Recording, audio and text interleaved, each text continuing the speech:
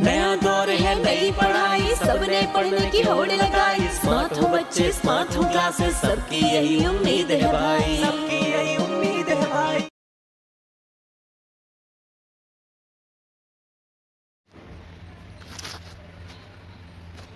Summary of chapter. बच्चों, जो भी अभी तक वीडियो बनाए उन सभी वीडियो का आज हम समरी निकाल के लाए हैं, जो बहुत इम्पोर्टेंट पॉइंट में दिया गया है। आपको इसे अच्छे तरीके से देखना है, लर्न करना है, क्योंकि इन्हीं पॉइंटों से पूरे सारे के सारे जो क्वेश्चन हैं आने वाले एग्ज़ाम में वो पूछे जाएंगे। तो रिसोर्स एंड डेवलपमेंट का ये समरी ऑफ चैप्टर है, तो आप इसे ध्यान से पढ़ें। तो पहला है रिसोर्स। तो रिसोर्स की परिभाषा ही बहुत अच्छी है, बड़ा सिंपल सी परिभाषा है। All the useful element of the environment that satisfy our basic needs are called resource.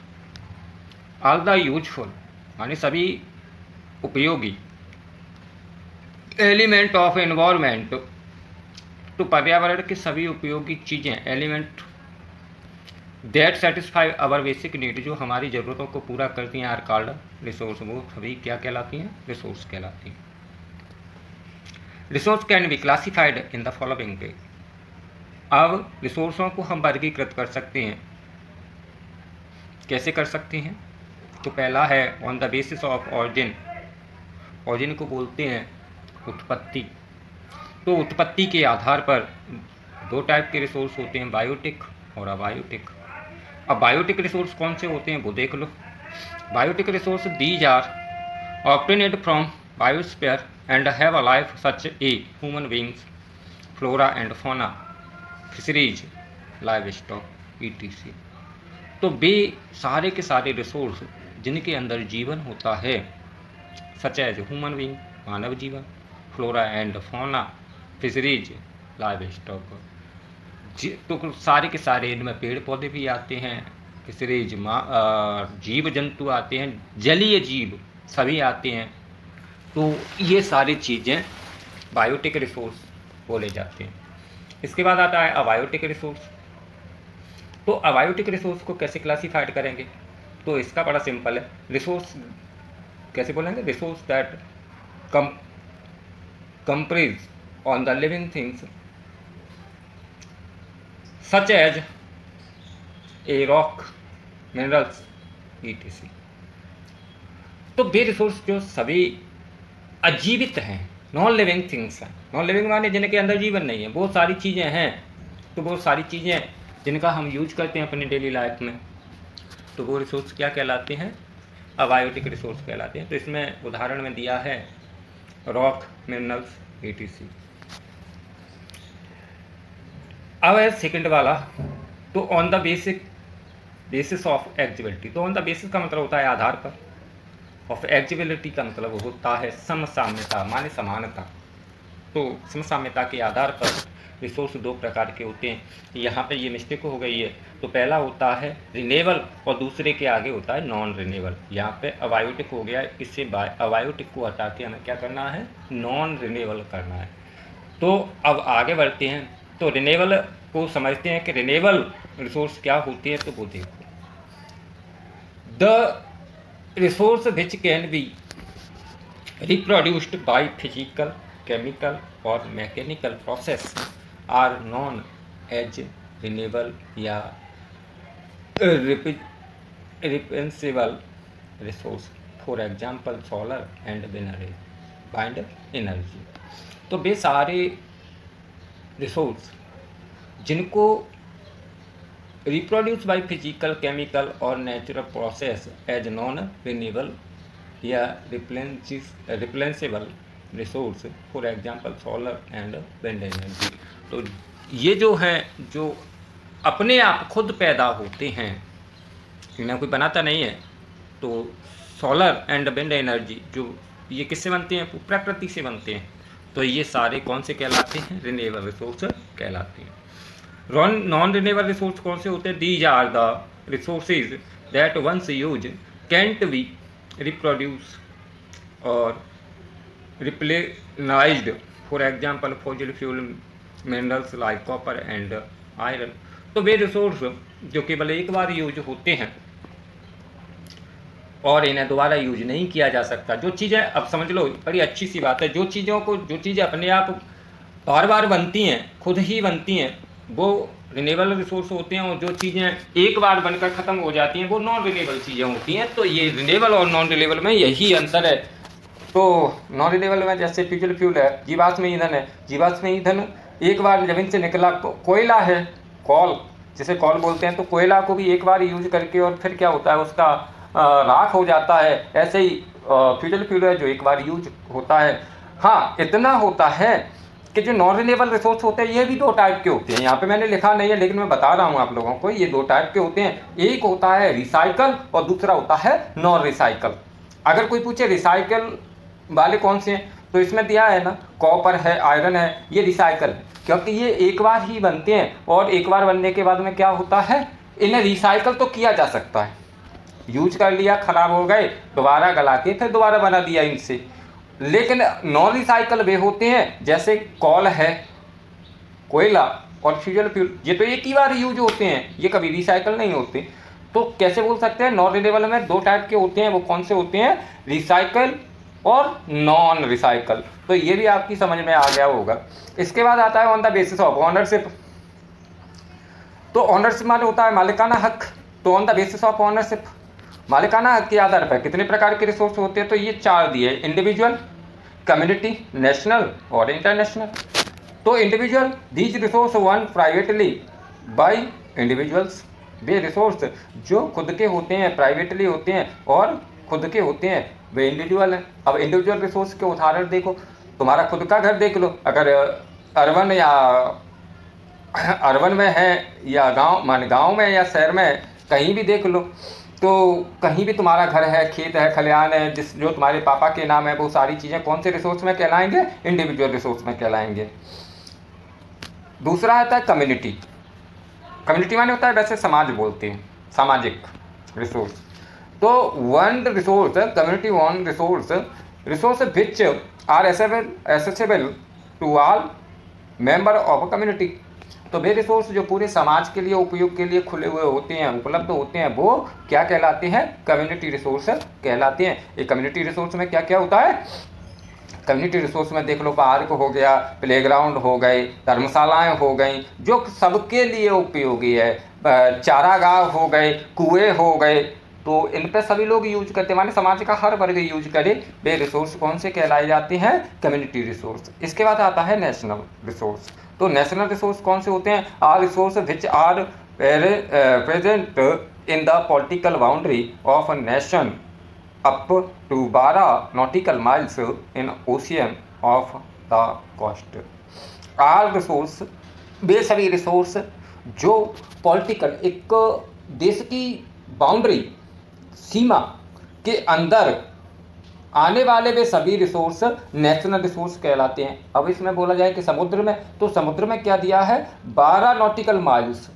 12 nautical miles, ये नॉटिकल होता है, ये दूरी समुद्र में नापी जाती है। तो 12 नॉटिकल माइल्स ओशियन माने क्या होता है, समुद्र होता है, फ्रॉम द कोस्ट, सीमा से, जो समुद्र की सीमा है उससे 12 किलोमीटर तक अंदर, 12 नॉटिकल मील, किलोमीटर नहीं मील, किलोमीटर और मील में डिफरेंट होता है। माइल बोलते हैं ना, इससे मील बोलते हैं हिंदी में। पहले अपने यहाँ की जो पुरानी गणना थी वो मील में होती थी, लेकिन अब क्या होती है, किलोमीटर में होती है, जबकि अभी यूरोप में भी मील ही चलता है, किलोमीटर नहीं चलता। तो ये हो गया तुम्हारा नेशनल रिसोर्स। इसके बाद आता है इंटरनेशनल रिसोर्स। तो the resource that do not belong to any individuals country, वे रिसोर्स जो किसी भी देश से बिलोंग नहीं करते, जो जिन रिसोर्सों का संबंध किसी देश से नहीं है, वो कौन से कहलाते हैं, इंटरनेशनल रिसोर्स कहलाते हैं। अब ये वाले रिसोर्स देख लो, तो समुद्र जो 12 नॉटिकल मील के बाद में जितनी भी समुद्री सीमाएं वो बची हुई है, वो किसकी है, वो इंटरनेशनल रिसोर्स है। आपने सुना हो जो हिंद महासागर में झगड़े की जड़ है, और अमेरिका और चाइना की जो झगड़े की जड़ है समुद्र में, वो इसी का रिजल्ट है, क्योंकि समुद्र में 12 नॉटिकल मील के बाद भी चाइना उसे अपना क्षेत्र बताता है, और इसी वजह से यहाँ पे ये झगड़ा होता है। इसके बाद आता है on the basis of status of development. तो विकास के आधार पर रिसोर्स कौन से होते हैं? पोटेंशियल होते हैं, डेवलप्ड होते हैं, स्टॉक होते हैं और रिजर्व होते हैं। तो पोटेंशियल रिसोर्स कौन से होते हैं? The resource which an available for in a region but have not been utilize. किसी रीजन में उपलब्ध वे रिसोर्स जिनका अभी उपयोग नहीं हुआ है वो रिसोर्स पोटेंशियल कहलाते हैं। डेवलप्ड रिसोर्स कौन से कहलाते हैं? तो resource that are surveyed and their quantity and quality have been determined for utilisation. तो वे रिसोर्स जिनका अभी सर्वे हो गया है, उनकी क्वालिटी और क्वांटिटी और क्वालिटी दोनों का मालूम हो गया है, वे सारे के सारे रिसोर्स डेवलप्ड रिसोर्स कहलाते हैं। इसके बाद आता है स्टॉक। तो materials present in the environment which have no potential to satisfy human needs but human beings do not have the appropriate technology to access these minerals। तो वे रिसोर्स जो अभी हैं पहुँच में हैं, लेकिन अभी हमारे पास उन रिसोर्सों को यूज़ करने की तकनीक नहीं आई है, वो सारे के सारे रिसोर्स पोटेंशियल रिसोर्स में आते हैं, जो हमारी ज़रूरतों को तो पूरा कर सकते हैं, लेकिन अभी हमारे पास उन्हें यूज़ करने की तकनीक नहीं है। अब आता है रिजर्व। तो they are the substrate to the stock which can be put into use with the help of exciting technology but their use has not been started yet. वे रिसोर्स तो हमारे पास हैं, ऐसे बहुत सारे रिसोर्स हैं जिनकी बड़ी मात्रा में है, लेकिन अभी ये भी स्टॉक की तरह ही हैं जिनकी अभी हमारे पास कोई यूज करने की तकनीक नहीं है। जैसे हाइड्रोजन है, हाइड्रोजन सबसे सस्ता साधन है, लेकिन हमारे पास टेक्नोलॉजी न होने की वजह से हम हाइड्रोजन का यूज नहीं कर पाते। तो इस तरीके के सारे रिसोर्स कौन से कहलाते हैं? रिजर्व रिसोर्स कहलाते हैं। इसके बाद आती है thought of Mahatma Gandhi about resource. तो महात्मा गांधी का क्या विचार था रिसोर्स के बारे में? तो महात्मा गांधी ने एक बात बोली थी, according to Mahatma Gandhi resource are enough for everybody's need. तो महात्मा गांधी ने बोला था कि रिसोर्स पर्याप्त मात्रा में है प्रत्येक व्यक्ति की ज़रूरत को पूरा करने के लिए, एंड और नॉट फॉर एवरीबॉडी ग्रीड मान होता है, लेकिन लालच को पूरा करने के लिए रिसोर्स नहीं है। तो समझ में आया? ये हो गया तुम्हारा महात्मा गांधी का कथन। ये भी आता है, ये छोटे छोटे प्रश्न आते हैं, ये मान लो कि ये छोटी छोटी चीज़ें, इन चीज़ों को अगर तुम मेमोराइज कर लोगे ना, अपने माइंड में रख लोगे, तो ये वो चीज़ें मैं निकाल के लाया हूँ तुम्हारे लिए जो पूरे रिसोर्स एंड डेवलपमेंट की प्राण हैं, ये मान सकते हो आप। उनका एक निचोड़ है ये सारा का सारा, तो तुम्हें मेमोराइज करके रखना है, ये समझने के लिए नहीं है, ये मेमोराइज करने की चीज़ें है, इसे मेमोराइज करके रखना है। इसके बाद आता है रिसोर्स प्लानिंग इन इंडिया। ये क्वेश्चन भी आता है। तो human beings use resource indiscriminately and this has led global ecological crisis such as global warming, ozone layer depletion, environmental pollution and land degradation। तो ह्यूमन बीइंग यूज रिसोर्स, आजकल क्या हो रहा है, मनुष्य रिसोर्सों का इंडिस्क्रिमिनेटली अंधाधुंध, इसे क्या बोलते हैं, अंधाधुंध प्रयोग कर रहा है, and this has lead to global ecological crisis, इससे पर्यावरणीय क्राइसिस पैदा हो रहा है। सच एज ग्लोबल वार्मिंग, इसके उदाहरण हैं कि ग्लोबल वार्मिंग हो रही है, पूरा विश्व गर्म हो रहा है, ओजोन लेयर डिप्लेशन हो रहा है, और ओजोन लेयर है जो हमारी इस वायुमंडल में ओजोन लेयर है उसमें क्षति हो रही है, और इन्वायरमेंटल पॉल्यूशन और हमारा पर्यावरण प्रदूषित हो रहा है, एंड लैंड डिग्रेडेशन, और ये ज़मीन की उपजाऊ शक्ति को भी प्रभावित कर रहा है, डिग्रेडेशन कर रहा है, इसे भूमि को खराब कर रहा है। तो ये हो गया तुम्हारा रिसोर्स प्लानिंग इंडिया। अब डेवलपमेंट ऑफ रिसोर्स, तो resource are vital for human survival. अब रिसोर्स क्यों आवश्यक है? तो इसके लिए देखो, resource are vital human survival. तो जो संसाधन हैं वो आदमी के जीने के लिए बहुत ज़रूरी है। इट वाज बिलीव्ड, ऐसा कहा जाता है, that resource are free gift of nature, के रिसोर्स प्रकृति का मुक्त उपहार हैं। As a result man use them indiscriminately which lead to the following problem. जिस वजह से ये फ्री का मुक्त उपाय होने की वजह से मनुष्य इन्हें अंधाधुंध उपयोग कर रहा है और इसका परिणाम है कि समस्याएं पैदा हो रही हैं। तो क्या समस्या पैदा हो रही हैं? डिप्लेशन ऑफ रिसोर्स, तो ये समस्या पैदा हो रही हैं। Accumulation of resource in few and, ये रिसोर्स हैं वो कुछ लोगों के हाथ में आ गए हैं। इनडिस्क्रिमिनेटली एक्सप्लोजन ऑफ रिसोर्स, और अंधाधुंध तरीके से वो लोग इसका प्रयोग कर रहे हैं।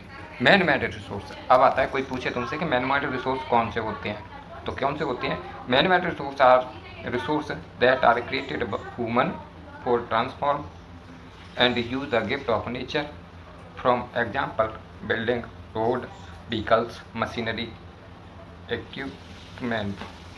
तो वे सारे रिसोर्स जो मनुष्य ने प्राकृतिक रिसोर्स को ट्रांसफर करके बनाए हैं, ट्रांसफॉर्म करके बनाए हैं। जो प्राकृतिक रिसोर्सों में से बनाए गए रिसोर्स हैं वो कौन से रिसोर्स कहलाते हैं? मैन मेड रिसोर्स कहलाते हैं, मनुष्य के द्वारा, ह्यूमन के द्वारा बनाए गए रिसोर्स कहलाते हैं। अब वो कौन कौन से होते हैं? उदाहरण के लिए बिल्डिंग्स होती हैं, तो हम इसमें लगाने वाला सारा का सारा कच्चा माल कहाँ से लेते हैं? प्राकृतिक सीमेंट है वो भी प्राकृतिक हो, पहले पत्थर लेते हैं उससे पीस कर सीमेंट बनाई जाती है और ईंट मिट्टी से पकाई जाती हैं। तो ये सारा चीज़ें क्या होता है? नेचुरल ही होती हैं, लेकिन उनसे हम मनुष्य खुद ही बनाता है इन्हें। मनुष्य इसमें क्या करता है? ट्रांसफॉर्म करके इन्हें बनाता है। रोड बनाते हैं, व्हीकल बनाते हैं, मशीनरी बनाते हैं, इक्विपमेंट और उपकरण, बहुत सारे उपकरण बनाते हैं। ये कौन से रिसोर्स कहलाते हैं? मैन मेड रिसोर्स कहलाते हैं।